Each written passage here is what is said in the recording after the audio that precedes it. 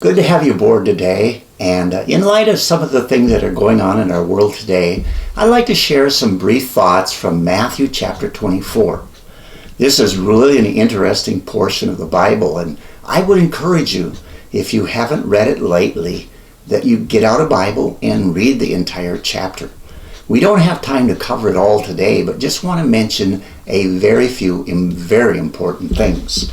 Now, Jesus was in Jerusalem with his disciples. They had gathered there to celebrate the Passover meal. And they were just coming out of the temple area when the disciples directed the Lord's attention towards the building. And as they're walking by the temple buildings, Jesus makes a prophetic message concerning the buildings. And then he also makes a prophetic thought concerning things coming, even maybe in our day. And so later on, they go to the Mount of Olives, which is just outside of that area. And the disciples privately come to Jesus, and they ask him this question. I'll read it for you.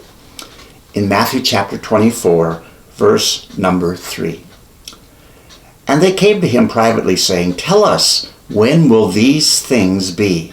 And what will be the sign of your coming and the end of the age?" Now, Jesus mentions several things to them. You would have to read them to see them all. But anyway, some of them very troubling. And, of course, what's happening in our world today is very troubling as well. And Jesus mentions that some of these things could be the sign of his coming or the end of the age. Now, we don't know for sure when Jesus is really coming. We know that he is, but when, the day nor the hour, no man knows, Jesus says. But how are we to respond as Christians in the light of these troubling events of our day? Jesus, I believe, gives us some counsel and information, and let me just mention a few of them. The first one is, do not be deceived. This day and that day is going to be filled with all kinds of misinformation, false information, and it's so important to know the truth of God's word. And then he says also, let not your heart be troubled. We don't have to be troubled by these things because God is in control. He is sovereign and he reigns, and he will take care of us as his people.